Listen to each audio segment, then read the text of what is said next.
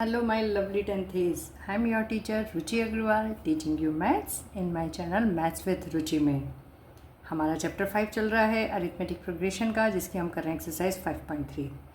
आज इस वीडियो में हम करेंगे क्वेश्चन नंबर 10। क्वेश्चन नंबर 10 क्या कह रहा है? Show that A1 A2 till AN form an AP where AN is defined as below। दो केस दिए हैं आपको। फर्स्ट केस में ये दिया है कि AN डिफाइन एज बिलो, यानी AN को आप किस तरह से रिप्रेजेंट कर सकते हैं? 3 + 4n। तो पहला काम आपको क्या करना है कि ये शो करना है कि ये AP है, ठीक है। तो ऐसे दो केस दिए हैं, AN = 3 + 4n, और सेकेंड केस में हमें कहा है AN = 9 - 5n। उसके बाद आपको और क्या कह रहे हैं? Also find the sum of first 15 terms in each case. दोनों ही केसेस में आपको फर्स्ट 15 टर्म्स का सम बताना है, यानी you have to find out S15। दो काम करने हैं। पहला आपको AP बताना है। तो AP हम कैसे बताएंगे कि हम n की अलग अलग वैल्यूज़ पुट करेंगे, उसके बाद हम चेक करेंगे क्या कॉमन डिफरेंस सेम है, ठीक है। अगर सेम आ जाता है तो हम कह सकते हैं ये हमारी AP है। और फिर आपको सम ऑफ S15 देना है। तो हम Sn में वैल्यूज़ रख देंगे सारी, A की A निकालेंगे, D निकालेंगे, N हमें पता है 15 है, ठीक है। तो S15 हम उसका बता देंगे। चलिए देखते हैं। बहुत आसान सा प्रश्न है, इसको थोड़ा सा आपको सिर्फ समझ के करना है, ठीक है। तो फर्स्ट सॉल्यूशन करते हैं हम। AN = 3 + 4n। तो A1 यानी फर्स्ट टर्म हमारी क्या हो जाएगी? 3 + 4। n की जगह यहाँ पे हम पुट कर देंगे 1, ठीक है। तो A1 हमारे पास में आ गया 3 + 4, दैट इज A1 = 7, ठीक है। Then we will find out A2। तो n की जगह we will put 2। This will gives you A2 which is equal to 3 + 4 2 = 8, 8 + 3 11। तो A2 इज 11। देन A3 हो जाएगा 3 + 4, n की जगह 3। A3 will gives us 3 + 4 3 = 12, and 12 + 3 is 15। तो A3 हमें क्या मिला? 15। देखिए, आप इसमें 3 टर्म्स तक निकालेंगे तो भी बहुत है, क्योंकि आप इसमें 2 टर्म्स का चेक कर लेंगे कि भाई क्या कॉमन डिफरेंस सेम है, तो आपको पता चल जाएगा कि ये AP बन रहा है कि नहीं बन रहा, ठीक है। और आप चाहे तो 4 टर्म तक भी निकाल सकते हैं, but I will go with 3 terms, ठीक है। Now D = A2 - A1 = A3 - A2, right. तो A2 कितना है? A2 is 11 - 7। तो ये हमारे पास में कितना आया? 11 - 7 हम करेंगे तो 4। क्या चेक करते क्या A3 - A2 भी सेम है? 15 - 11, राइट। तो ये भी आया 4। तो 4 = 4, ठीक है। तो since D is same, therefore it forms an AP, right. तो since D is same between the terms, therefore it forms an AP। अब जब AP बना रहा है तो सेकंड केस हमें क्या कहा है? S15 पता लगाना है। तो अब हम इसका S15 निकालेंगे, Sn का फॉर्मूला लगाएंगे, which is n/2 2a + n - 1 whole d, ठीक है। तो S15 किसके बराबर आ जाएगा? n की जगह हम रखेंगे 50/2। अब देखो a क्या हो जाएगा? जो हमारा A1 है वो हमारे लिए a रहेगा, तो 2 × 7 प्लस n तो हमारे पास में 15 है, तो 15 - 1 14 सीधा हम रख सकते हैं। और d हमारे पास में क्या आया है? 4। यहाँ पे हम और लिख देते हैं D = 4, राइट। चलो, क्या इन दोनों में से 2 कॉमन आ रहा है? यस। तो पहले हम 2 कॉमन ले लेते हैं। तो 2 कॉमन लिया, यहाँ पे हमें मिला 7 प्लस इधर रह जाएगा 7, और 7 4 = 28। 2 से 2 कैंसिल, देयरफॉर S15 किसके बराबर आ जाएगा? 15 × 28 + 7 35, ठीक है। अब इस 35 को हम मल्टीप्लाई करेंगे 15 से। 15 5 = 75, कैरी 7, 15 3 = 45, 45 + 7 इज 52। तो S15 हमें क्या मिला है? 525, दैट इज़ अवर आंसर।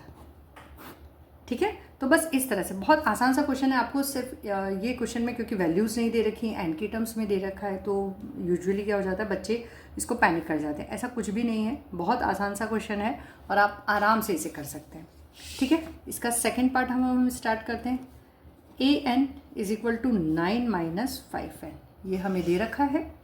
तो A1 किसके बराबर हो जाएगा, 9 प्लस 5 होल 1, देयरफॉर A1 हमें मिल देगा 9 प्लस 5 और A1 हमें मिला 9 प्लस 5 14। A2 किसके बराबर हो जाएगा, 9 आई एम मिस्टेकन, ये माइनस का साइन है। ठीक है, तो 9 में से 5 को एक्चुअली माइनस करना है, तो this will gives us 9 minus 5 is 4। A1 is 4 जो कि हमारा A होगा। दिस इज़ 9 माइनस 5 और n इज़ 2 नाउ।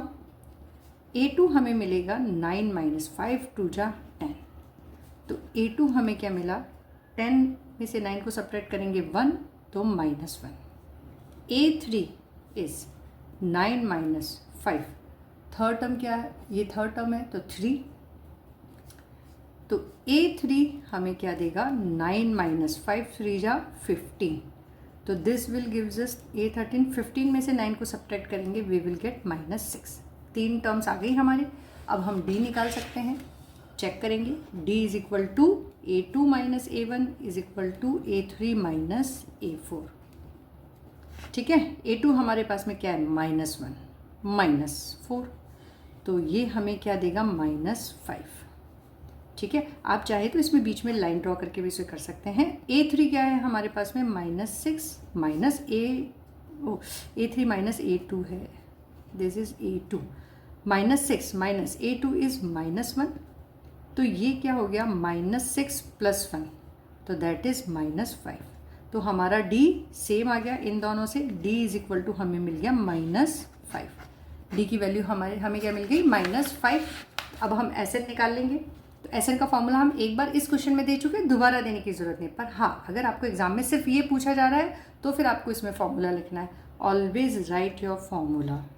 ठीक है, S15 किसके बराबर होगा, n/2, that is 15/2, right, 2a। अब a यहाँ पे क्या है, 4 प्लस n-1 दैट इज 14, 15 - 1 14। ठीक है, और d हमारे पास में क्या है, -5।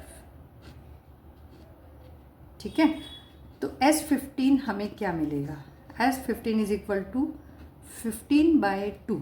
अगेन इसमें से 2 कॉमन आ रहा है, 2 कॉमन लिया, अंदर हमारे पास रहेगा 4 प्लस इधर 7 बचेगा, 7 5 जा 35, ये होगा -35। 2 से 2 कैंसिल। ठीक है, अपनी कैलकुलेशन पे रेगुलरली काम करिए। दिस इज 15, ये 4 प्लस का है, 35 माइनस का है, तो 35 में से 4 सब्ट्रैक्ट करने पर हमें मिलेगा -31,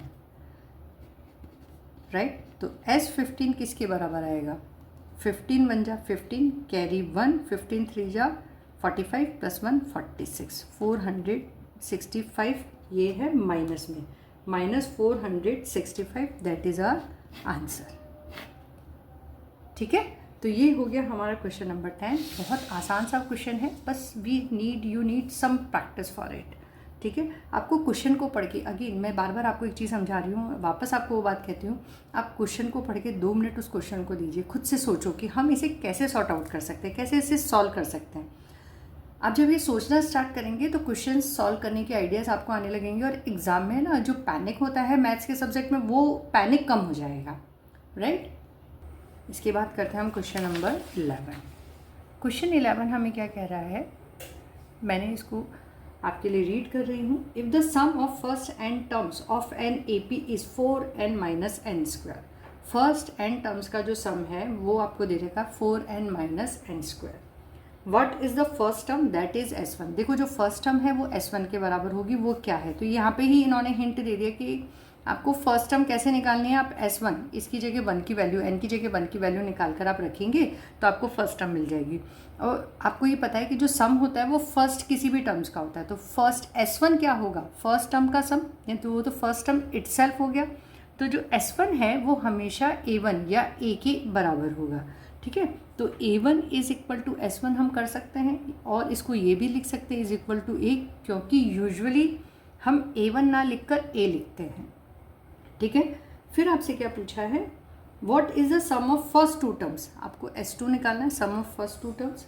what is the second term, similarly find third, 10th and nth terms, ठीक है। ये सारा निकाला है। चलिए, बहुत आसान सा क्वेश्चन है ये भी, हम इसको करना स्टार्ट करते हैं, ठीक है।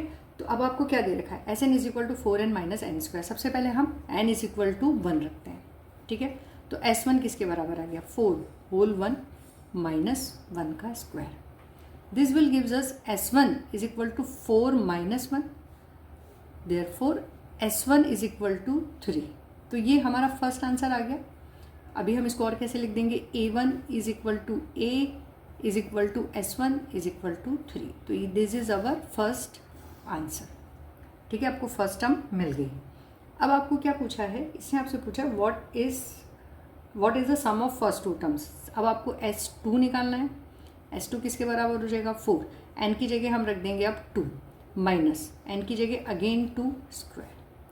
This will gives us S2 is equal to 4 2 जा 8 माइनस 2 2 जा 4, देयरफॉर S2 इज आर 4। ये हमारा सेकंड आंसर आ गया। इसने S2 पूछा था, हमने ये निकाल लिया, ये निकाल लिया। अब हमसे पूछा है A2। देखो A2 अब हम कैसे निकालेंगे ना, हमारे पास में A है, ठीक है। D निकाल के हम उसको उस तरह से भी कर सकते हैं, AN is equal to A plus n minus 1D।